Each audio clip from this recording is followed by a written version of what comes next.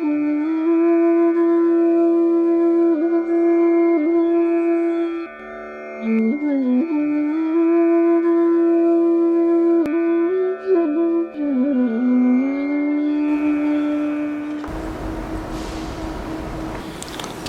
गुरुजी।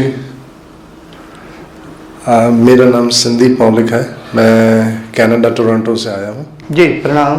जी जी मेरे दो प्रश्न हैं। एक तो त्राटक से रिलेटेड है। जी।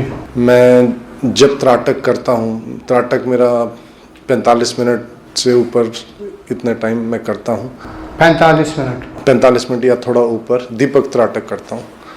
तो उसमें जैसे मैं त्राटक कर रहा हूँ तो ठीक है। जैसे ही मेरा ध्यान भटकता है त्राटक करते हुए लौ से, तो जैसे ही ध्यान भटकता है तो एकदम से सातों रंग के चक्र सर्कल बन जाते हैं दिए के आसपास। जैसे ही मैं फिर देखता हूँ चक्र को तो वो हट जाता है, और फिर जैसे ध्यान भटकता है और फिर यही बार बार होता रहता है। मतलब जब एक तो ये है, ये अनुभव सही है। मन चंचल होता है तो वृत्ति में अंदर से कंपन होता है, इसलिए उस सर्किल से बन जाते हैं, घूमते हुए दिखाते होंगे। सही है। दूसरा मेरा प्रश्न है कि स्थूल शरीर और सूक्ष्म शरीर के बीच में जो प्राण वायु है उसका तारतम्य कैसे है? स्थूल शरीर और सूक्ष्म शरीर तारतम्य कैसा, ये शब्द कहाँ से पड़ा हुआ है, कहाँ से लिया हुआ है कि स्थूल और सूक्ष्म के बीच में जो प्राण वायु जैसे काम करती है वो उसका प्रोसेस क्या है? मतलब उसका ये कहाँ से शब्द लिया हुआ है? मैं बता दूंगा अभी बताऊंगा। ये मतलब शब्द जो अभी वाक्य बोला कहाँ से लिया हुआ, यानी कहाँ से जाना। तारतम्य तो नहीं, वो तो सही है। अब पूछने का मकसद क्या है? मकसद ये है कि जब मैं प्राणायाम करता हूँ तो जैसा कि आपने बताया कि कुंभक लगाने से थोड़े कर्म भी घटते हैं। मतलब अगर वो तो मेरा 2 मिनट से ऊपर का कुंभक लगता है। वैसे मैं 2 मिनट पे ही रुकता हूँ, लेकिन कभी 2 मिनट 10 सेकंड भी हो जाता है। तो जैसे मैं ये कर तो इस नॉस्ट्रल से रहा हूँ ना, मतलब ब्रीदिंग तो मैं यहाँ से कर रहा हूँ ना, इस नासिका से, राइट। और वो मूलाधार में जैसे गर्म हो रहा है तो वो तो हो रहा है सूक्ष्म शरीर में ना। तो मैं इस चीज़ को समझ नहीं पाता कि इन दोनों का कॉम्बिनेशन कैसे है। मतलब सूक्ष्म शरीर और स्थूल शरीर का ये तारतम्य कैसे बनता है? जस्ट एक क्वेश्चन है। स्थूल शरीर के अंदर सूक्ष्म शरीर, हाँ जी, व्याप्त है, घुसा हुआ है। हाँ जी, ठीक है। ठीक ऐसा समझो कि जो अंदर सूक्ष्म शरीर है उसके ऊपर ये स्थूल आवरण चढ़ा हुआ। आवरण समझ पा रहे हो? ये मुझे इतना ज्ञान है।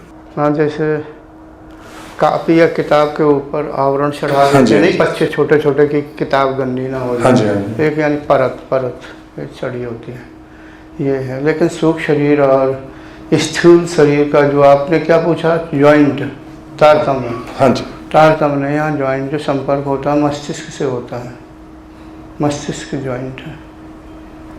लेकिन अभ्यास करना चाहिए ऐसी चीज़ों का। फिलहाल हमें ध्यान नहीं देना चाहिए। उसके अंदर व्याप्त ये जो शरीर है ना, ये यंत्र मात्र है।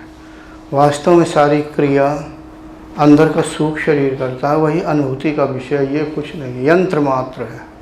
ठीक है, स्थूल शरीर। हाँ जी।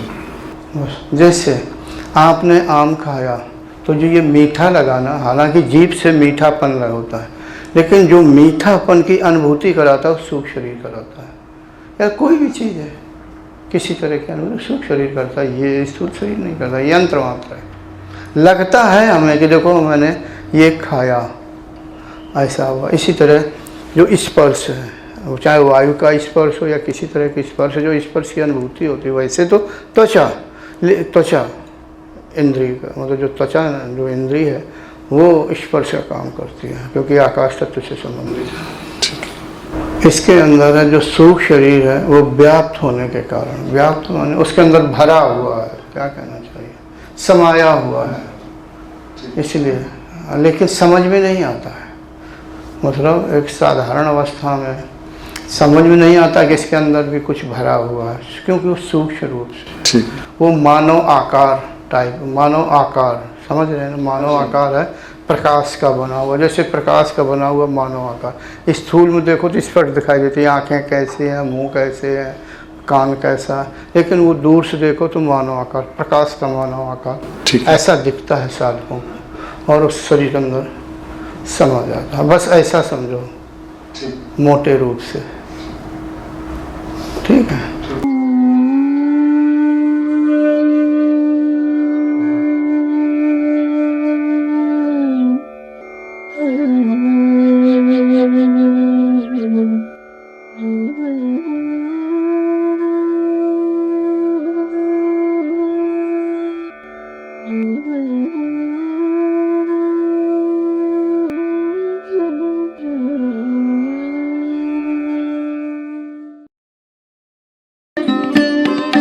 Thanks for watching.